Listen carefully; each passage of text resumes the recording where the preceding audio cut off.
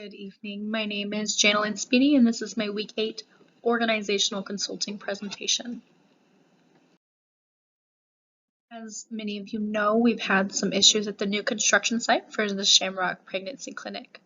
In my presentation, we will cover the issues involved with the situation and what needs to be accomplished, the process of investigation, mediation, and review, key decision makers and stakeholders, the cultural and dynamic factors or considerations related to the situation, recommendations and systems for monitoring and follow-up. On March 1st, 2023, Shamrock Pregnancy Clinic's construction site for their building at 123 A Street in Imaginary City was vandalized with racial slurs. Because this pregnancy clinic offers services to a diverse female population, the racial slurs levied against those of Native American descent have created cause for concern and harm against both employees and potential patients of the practice. This isn't the first time that Shamrock Pregnancy Clinic has been targeted. As you recall, previously, May 30th, 2022, the property was vandalized at their downtown location, and there was property destroyed, resulting in $5,000 worth of damages. Again, on June 25th, 2022, in light of the overturn of Roe v. Wade, there was a group of protesters that surrounded the building with rocks, Molotov cocktails, and other objects. Fortunately, law enforcement was able to get ahead of that protest and protected the building. It was because of these attacks that Shamrock Pregnancy Clinic has sought to build a new clinic at the 123 A Street location, hoping it would be safer for employees and for patients. It's currently unknown if the most recent attack is related to previous attacks, though it is worth noting the previous attacks did have Jane's Revenge claimed responsibility for the attacks, and it was in light of the Roe v. Wade, whereas this vandalism was racially targeted. So what needs to be accomplished? In all, we need to ensure the safety of the construction crew as they continue to build. We need to safeguard employees' physical and emotional wellness, and we need to hold the perpetrators accountable. Finally, we need to continue monitoring and assessing the situation. All of these things can be accomplished in a systematic way, which I'll cover in the next few slides. But overall, it's tenets of safety, wellness, accountability, and observation. The investigative process will largely be involved on the law enforcement side. We've already contacted the city police because this falls within their jurisdiction. However, FBI has also been notified because they have worked with us previously, worked with the clinic previously with the other threats, even though we don't suspect this is terrorist involved this time. So, upon contacting law enforcement, we will also take personal photographs of the scene. Of course, they will do their own investigation to find the perpetrators. But we want to make sure we have photographs of the scene. That's for insurance purposes, board purposes, and lots of logistic and administrative tasks. We need to hire on-site security that will be on-site 24/7. This attack occurred during nighttime when nobody was there. So having somebody on site that can help monitor and patrol is a great step towards securing the property when nobody's around. Also installing cameras and lighting. While the construction crews are working, they have their own lighting, but we want to make sure we have security lighting and cameras. Because the building is still under construction, we can't do a lot of target hardening while it's being built. However, that will be another process into making sure it's safe in light of all of the threats that we have received at Shamrock Pregnancy Clinic. For mediation and review, when it comes to organizational consulting, Fallender and Shafranska have recommended surveying employees. This will give leaders an idea of the perception that employees have for the current climate and environment. especially in regards to safety. We want to really understand and be diligent about our employees' concerns for safety in light of the racial slurs and the previous threats that have happened. There are some proposed organization-wide interventions to take. Largely has to do with target hardening, which we will get into in the next couple slides,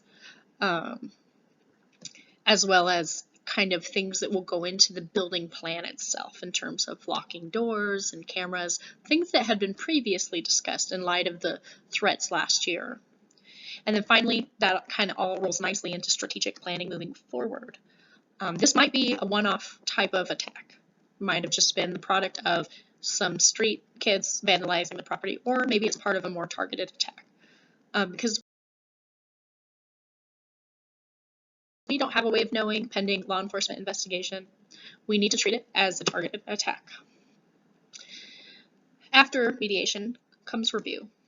We want to take the survey feedback and take it into consideration, and we want to try and determine the efficacy of organization-wide interventions. And then we want to make sure we are implementing the plan versus just, writing it down and then not putting it into action.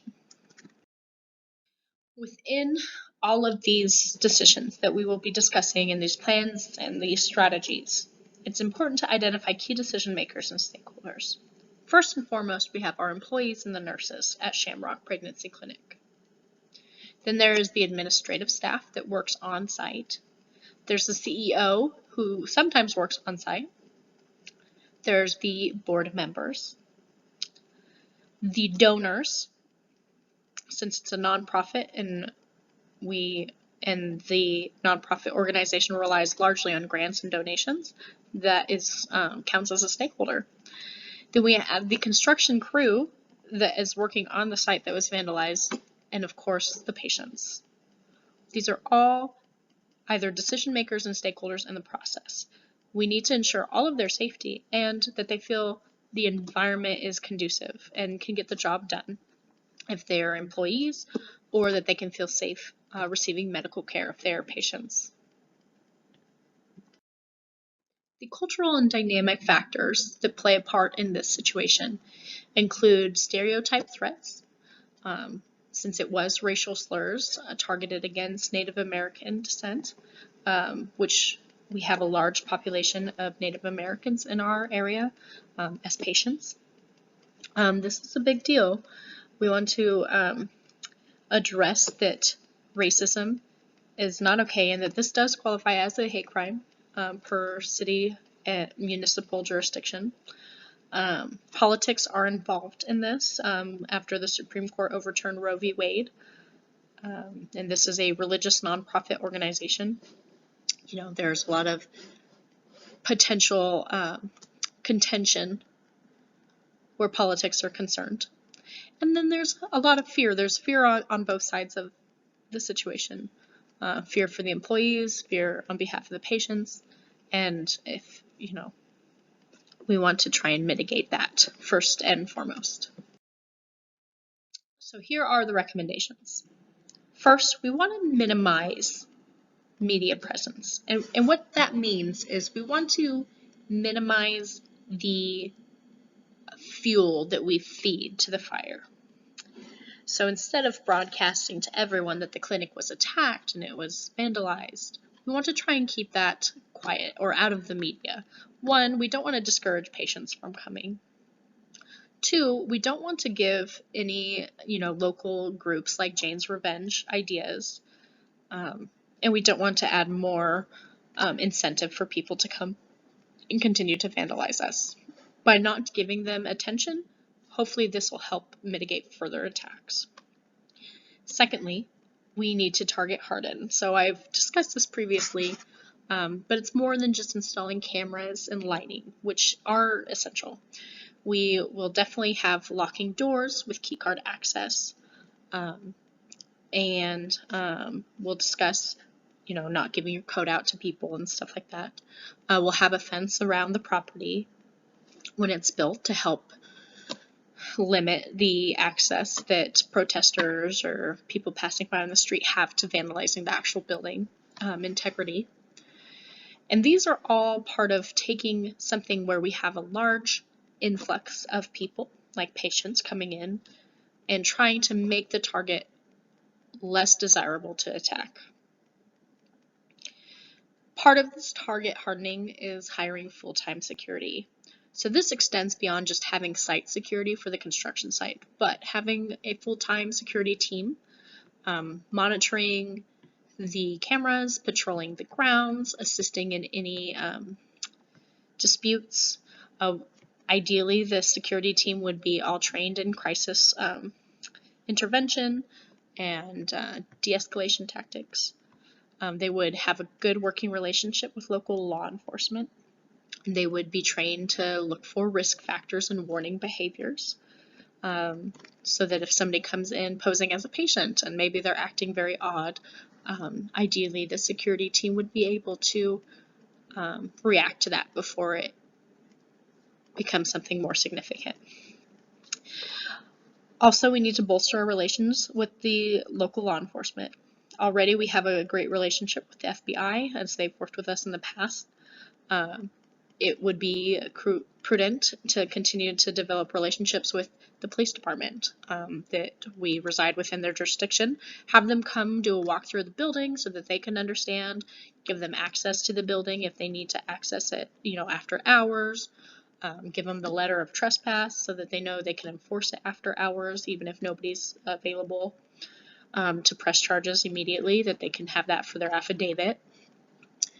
And give them the list of like our strategic planning in terms of evacuation or fire drill or active shooter drill, so that they kind of know what to expect and have an idea of what the grounds look like. And finally, we should reach out to our ongoing patients for assuring them that the practice is still safe, that they are safe and they're still confidential, and we are taking measures, active measures to safeguard them. Part of the review process for this is creating systems for monitoring and follow-up. So as I touched on before, we will want to re-survey everyone after 6 months and then again after a year to see how their perceptions of the safety, the environment, and the culture of the organization has changed throughout that time. It also would be nice to have statistics on the number of patients pre-attack and post-protocol implementation. This will give us an idea if we are deterring patients or if our safety measures are working and we still have more patients coming in to the building and to the organization. Also not listed on here, but touching base with board members and seeing if our grants and donors, like have we had any withdrawals, have we had any issues, are there more grants we can get, like safety grants and stuff like that. Again, my name is J.Speedy. Thank you for listening. My references are listed below, Fallender and Shafranska 2020. If you have any questions, please do not hesitate to reach out.